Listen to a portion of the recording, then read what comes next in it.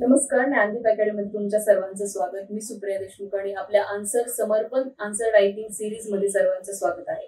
आपल्या daily answer writing series मध्ये आपण आज एक प्रश्न घेणार आहोत. प्रश्न हा खूप महत्वपूर्ण असा प्रश्न आहे. साधारणतः 10 मार्काला हा प्रश्न विचारलेला आहे. एथिक्स मधला प्रश्न आहे आणि हा प्रश्न आपण ज्यावेळेस वाचतो त्यावेळेस आपल्याला सुरुवातीला प्रश्न व्यवस्थितपणे आकलन झाल्यावरच आपल्याला प्रॉपर आपल्या आन्सरकडे जायचं असतं. ज्यावेळेस आपण आन्सर स्ट्रक्चराइज करतो त्यावेळेस प्रश्न वाचणं आणि त्याचं आकलन होणं हे खूप महत्त्वाचं ठरतं. यामध्ये जर सुरुवातीचा प्रश्न पाहिला तर सामाजिक भांडवल या शब्दाचे आपल्याला काय करायचंय, स्पष्टीकरण करायचंय. व्हॉट एक्झॅक्टली सोशल कॅपिटल आहे, सामाजिक भांडवल म्हणजे काय आणि ते सुशासनामध्ये गुड गव्हर्नन्स मध्ये कसे वाढवता येते किंवा कसे मदत करते असा प्रश्न आहे. आय थिंक हा प्रश्न तुम्हाला व्यवस्थितपणे समजला असेल. ज्यावेळेस आपण प्रश्नाचा लोकस पाहतो यामध्ये आपल्याला लोकसमध्ये आपल्याला सामाजिक भांडवल हे महत्वपूर्ण ठरतं आणि फोकस जर प्रश्नाचा पाहिला तरी ते फोकस कोणता असेल एकदा तुम्ही मला सांगा. फोकस आयडेंटिफाय करू आपण प्रश्नामध्ये. तर हा फोकस आहे की सामाजिक भांडवल हे सुशासन कसं वाढवत आहे, म्हणजे गुड गव्हर्नन्स मध्ये हा सामाजिक भांडवलाचं योगदान आपल्याला इथे विशद करायचं आहे. इंट्रोडक्शन आपण ज्यावेळेस आन्सरचं फ्रेम करतो त्यावेळेस आपल्याला साधारणतः 20 ते 25 शब्दांमध्ये आपण इंट्रोडक्शन लिहू शकतो. इंट्रोडक्शनच्या आपण सुरुवातीला सामाजिक भांडवल एक्झॅक्टली काय आहे यावरती आपण हायलाइट करू शकतो. यामध्ये सामाजिक भांडवलामध्ये काय येतं तर व्यक्ती किंवा गट त्यांच्या सामाजिक नेटवर्क, जे त्यांचं सामाजिक वेगवेगळे त्यांच्या ज्या समाजामध्ये ते राहतात त्या समाजामध्ये त्यांचा परिवार असेल किंवा त्यांचे जे नातेसंबंध असतील, त्यांचे फ्रेंड सोबतचे रिलेशन्स असतील, इतर गोष्टी असतील, तर या सर्वांमध्ये आपण काय म्हणूयात तर या नातेसंबंधातून मिळणारा जो त्यांना फायदा आहे, जे बेनिफिट्स आहेत याचा समावेश होतो. आणि यामधून काय होतं, विश्वास वाढतो, सहकार्याची भावना वाढते आणि यामधूनच काय घडतं तर नक्कीच एखाद्या व्यक्तीला त्याचं काही काम असेल तर ते व्यवस्थितपणे नेटवर्कच्या आधारे तो पूर्ण करू शकतो. म्हणजे सामाजिक भांडवल हे त्या व्यक्तीला खरंच एखाद्या गोष्टींपर्यंत पोहोचण्यासाठी मदत करू शकतो. आपण असं म्हणतो की मनुष्य हा नक्कीच एक सोशल ॲनिमल आहे, जो सामाजिक प्राणी आहे आणि तो एकटा राहू शकत नाही, तो नेहमीच समाजामध्ये राहिलेला आहे आणि हे सामाजिक भांडवल त्याला स्वतःला पुढे नेण्यासाठी नक्कीच मदत करू शकतं. हे आपल्या सुरुवातीला इंट्रोडक्शन मध्ये आपण हायलाइट करू शकतो.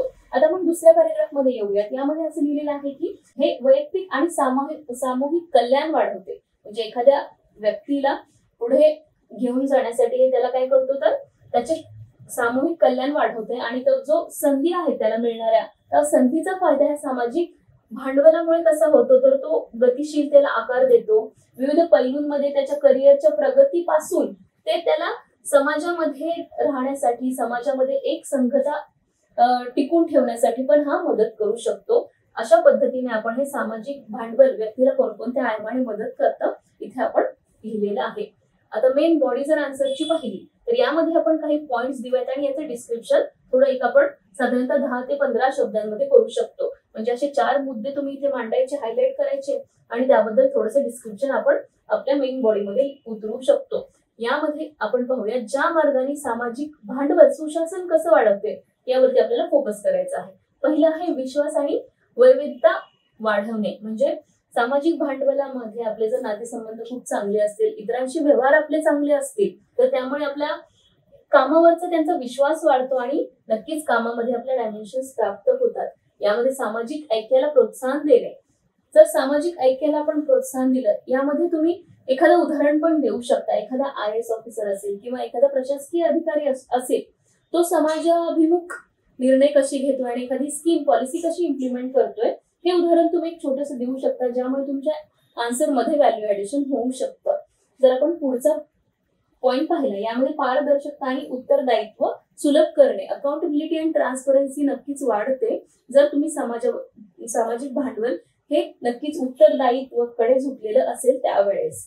आणि सामूहिक मोबिलायझेशन सक्षम करणे. समाजामध्ये आपण किती पद्धतीने व्यवस्थितपणे समाजातील तळागाळातील लोकांपर्यंत पोहोचू शकतो, शेवटातील जो व्यक्ती आहे, गरजूवंत आहे, त्याच्यापर्यंत ती स्कीम आपण कशी इम्प्लिमेंट करू शकतो. म्हणजे एखादा अधिकारी असाल तुम्ही तर या पद्धतीने जर तुमचं व्यवस्थितपणे लिंकेजेस असतील आणि ज्या पद्धतीने तुमची काम करण्याची पद्धती असेल ती लोकांपर्यंत पोहोचत असेल तर हे सामाजिक भांडवल नक्कीच तुमच्या सुशासनामध्ये खूप चांगल्या पद्धतीने इम्प्लिमेंट होऊ शकतं आणि सर्वसमावेशकतेला चालना देऊ शकते. सर्वसमावेशकतेला म्हणजे आपण म्हणूयात की एक इन्क्लुसिव्ह अप्रोच आपल्या कामामध्ये, आपल्या प्रशासकीय अधिकारी जर असाल तर त्यामध्ये तुमचा येऊ शकतो. तर या पद्धतीने आपण असे पॉइंट इथे मांडू शकतो, हायलाइट करू शकतो आणि आपली मेन बॉडी आपण लिहू शकतो. तुम्ही याला केस स्टडीज पण तुमच्याकडे ज्या असतील, नोट्स तुम्ही बनवलेल्या असेल अभ्यास करताना, तर त्या केस स्टडी पण इथे लिंक करू शकता.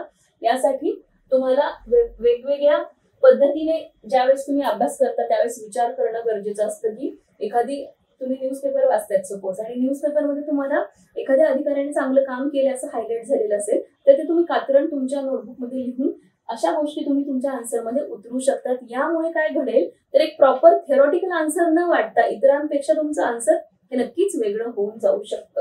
आणि आता कन्क्लुजनच्या पार्टवर ज्यावेळेस आपण येतो, कन्क्लूड करताना आपल्याला आपला आन्सर ज्यावेळेस आपल्याला सामाजिक भांडवल आणि सुशासन यामध्ये एक चांगला अप्रोच ठेवून आपल्याला हे कन्क्लुजन करू शकतो.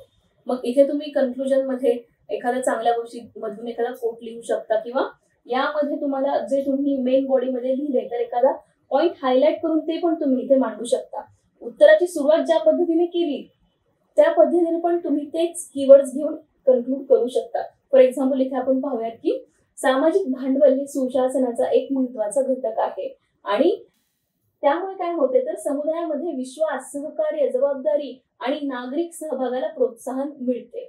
समाजाच्या सर्व स्तरांवरती अधिक प्रतिसादात्मक, आपण इथे पाहूयात की समाजाच्या सर्व स्तरांवरती कसं तर अधिक प्रतिसादात्मक आणि न्याय आणि प्रभावी शासनाकडे आपल्याला हे घेऊन जात असतं.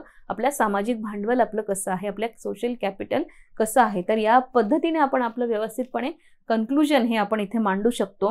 वेगवेगळे कन्क्लुजन असू शकतात, वेगवेगळे म्हणजे तुम्ही एखादा ॲस्पिरंट असेल त्याची वेगळी मतं असू शकतात, तो तिथे मांडू शकतो. फक्त आपल्याला खूप जास्त टोकाचे आन्सर्स आपल्याला लिहायचे नाहीत, आपले जे व्ह्यूज आहेत ते खूप जास्त रॅडिकल पण नको. आपलं एक बॅलन्स कन्क्लुजन आपल्याला इथे मांडायला हवं, ज्यामुळे एक्झामिनरला असं वाटावं की हा प्रशासकीय अधिकारी खूप चांगल्या पद्धतीने होऊ शकतो आणि त्याच्या त्या स्कीम पॉलिसी हा इथे मांडू शकतो. या पद्धतीने पॉझिटिव्ह अप्रोच आपण इथे मांडू शकतो आणि आपलं आन्सर आपण इथे कन्क्लूड करू शकतो. समर्पण सिरीज डेली आन्सर रायटिंग सिरीजमध्ये याच पद्धतीने आपण दररोज वेगवेगळे प्रश्न आपण ॲड्रेस करत असतो. तुमची प्रॅक्टिस यासोबतच अशी कंटिन्यू राहू द्या. तोपर्यंत आपण भेटूयात पुढील नेक्स्ट आपल्या आन्सर सेशनमध्ये.